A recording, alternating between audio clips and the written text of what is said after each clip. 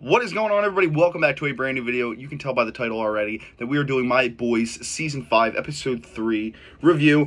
I know I said in my last video that I was just going to keep it to Reels on YouTube, but I thought, you know what? Why not? Why not, for the final season, just do it one review, an actual video for each and every episode that comes out. And so yeah, I'm also considering putting out a shorter 60-second version on Reels of this. Which I will probably do. So if you guys don't want to sit here for this 10-minute video or whatever, you can go and watch that. So yeah, but strap in, buckle up, and let's get ready to talk about some boys. Alrighty, so like I said, this is Season 5, Episode 3, and I am so happy to say that they once again, they're 3 for 3 now, delivered a fantastic episode. This episode was great. In terms of like the hierarchy of where I would rank it with the rest of them, I'd say this is probably my least favorite of the 3. That's not saying that this is a bad episode by any means, because it's not. This episode was fantastic. I gave the first episode like a 10 out of 10. Episode 2, I gave like a 9. And then this is like an 8.5. It's right there with them. This was a fantastic episode. Phenomenal.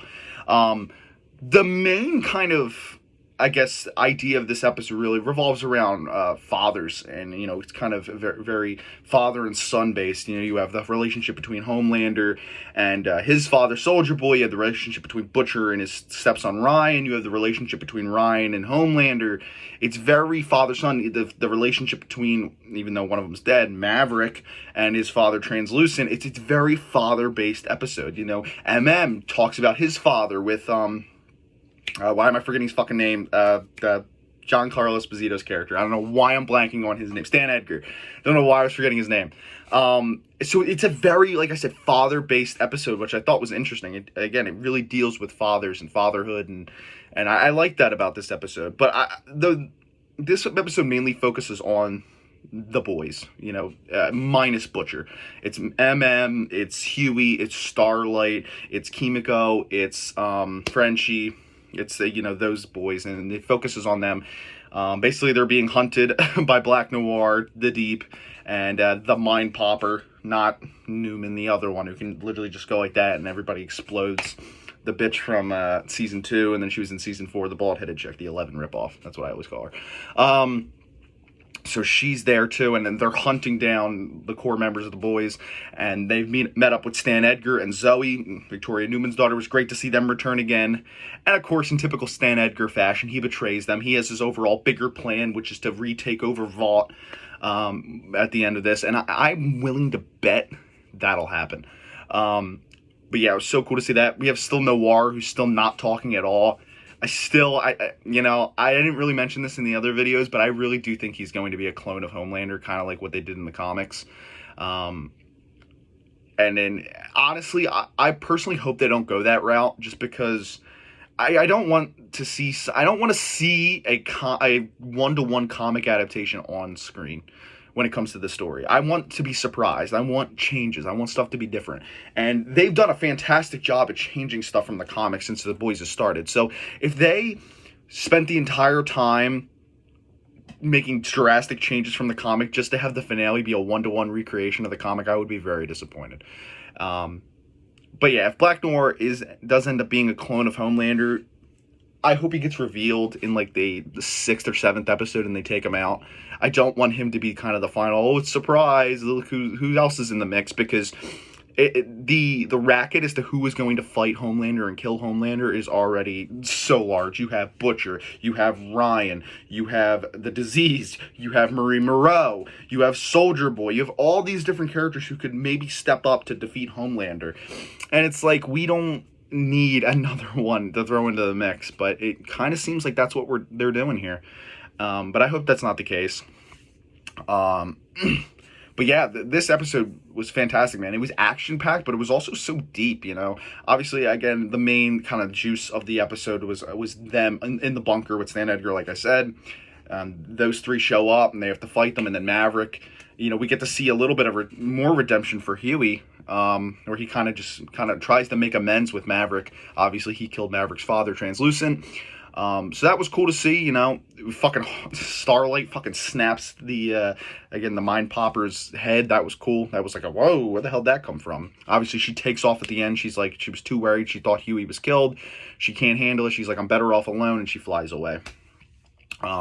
So she's going to be going on her own separate journey. But my favorite stuff of the episode was the stuff between Butcher and Ryan. Ryan makes his overall return. The episode starts off with Ryan. He's in Russia for some reason, killing a bunch of Russian military soldiers, it looks like, of some sort of Russian SWAT team, something like that, in this like chapel church type of deal.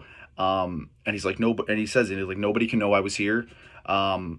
So yeah, he was in Russia for some reason. He kills all the soldiers. Then he's still in contact with Zoe, and apparently he's really on bad terms with Homelander. He fucking hates him. He hates Homelander, and obviously last time we saw Ryan, he killed Butcher's friend. I'm blanking on her name, but he threw her against the wall. Her neck snapped. Mallory. So she's dead because of him.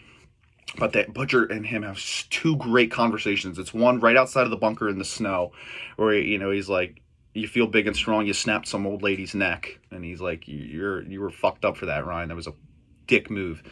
And Ryan's like, "Oh, what's stopping me from killing you right now?" He's like, "I know you won't do it." And then the second scene in the bar, which was fantastic, where Butcher essentially tells Ryan, he's like, "You got to be the one to kill your father. You're the only one who can drag him out of Seven Tower because he's been hiding in there like a bitch." And spray him with the virus. And then he's like, "But I'm not gonna lie, you have to go down with him because it's the only way. If any other soup is near that virus, they're gonna die." And he tells Ryan, he's like, "I'll be right there with you. You don't got to be scared. We'll go together." And I thought that was such a powerful conversation. But we see Homelander slip a tracking device in Ryan's shirt, because I think he knew Ryan was gonna go AWOL because he was lying to Ryan. He was telling him that he's the only one that can fight Homelander. And he knows damn well Ryan's not ready. And sure enough, we find at the end of the episode, Ryan tries to fight Homelander.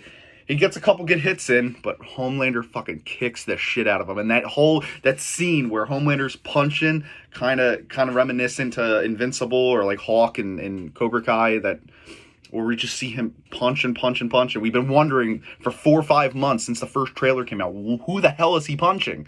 And sure enough, it was Ryan. He was punching Ryan. He was beating the crap out of him. He nearly beat him to death. The kid is like half dead, which is fucking awesome. But that just goes to show how unhinged Homelander is. And this episode takes it even further with how unhinged he's getting. Now he's after V1. He finds out that his father, Soldier Boy, and 4 other soups, including Stormfront, cannot be killed by anything. They're invincible because they had V1, which is the first iteration of Compound V. We heard about this in Gen V Season 2.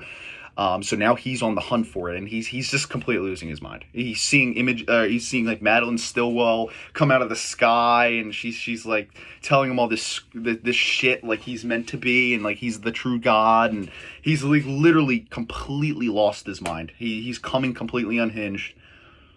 And, they're slowly ramping up to when he just completely loses his mind and he wants to start killing everybody. Because that's where this is heading. He's just going to go nuts and just try and kill everyone. And obviously, he's going to lose his mind. He has to. He has to fully go rogue. I think they're going to save that for the finale. And another thing, they keep hinting, and obviously they're going to hint at this, but they keep hinting at Butcher versus Homelander, because every time Homelander like makes a big move, it feels like Butcher shows up right after. Again, in this episode, when he beats up Ryan, Butcher shows up right after, and just barely misses him. Obviously, in the first episode, they were about to fight, but then it got kind of cut off. They have to build up to them two fighting. They have to. It has to go that way. And I think this episode did a great job at teasing that some more. Because clearly Ryan just isn't capable right now. He's not strong enough. He's not experienced enough. He's too young. But yeah, man, I'm loving where this season is going so far.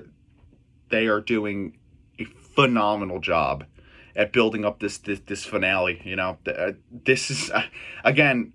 I have such bad PTSD from like Stranger Things and Cobra Kai and all these other shows I loved. Trying to do endings, I always say this, so many final seasons are fucking terrible for TV shows. Very few of them get them right. Infamously Game of Thrones, terrible final season and such. It's just, I'm just so worried that they're going to drop the ball on this. And again, kind of pull like a Stranger Things or a Cobra Kai. I know a lot of people like the Cobra Kai ending. I still to this day don't know why. I thought it was terrible. And then Stranger Things ending wasn't terrible, but it could have been better, right? This so far it's a perfect final season so far. They're nailing every aspect of it, and it's on its way to becoming my favorite season of the show. And if they do this right, this could be one of the best final seasons in television history. And again, fingers crossed. I just pray they don't fuck it up. I pray. But we have to see. We're only 3 episodes in. We still have 5 more episodes left of the final season of The Boys. It ends, I think, May 20th or around there. And yeah, man, I'm excited but nervous. Hopefully they can do the show justice. And then obviously later this year we'll be getting, or maybe next year, I don't know, Vault Rising, the Soldier Boy show, and then I don't know if they'll be doing another season of Gen V, but I think they are. I think they're doing a season 3. So that'll be fun to look forward to. But yeah, that is my Boys season 5, episode 3 review. I hope you guys did enjoy. If you did, make sure to drop a like, rate, comment, subscribe. Let me know your thoughts of this episode in the comments below. And I'll see you guys next time. Bye, guys.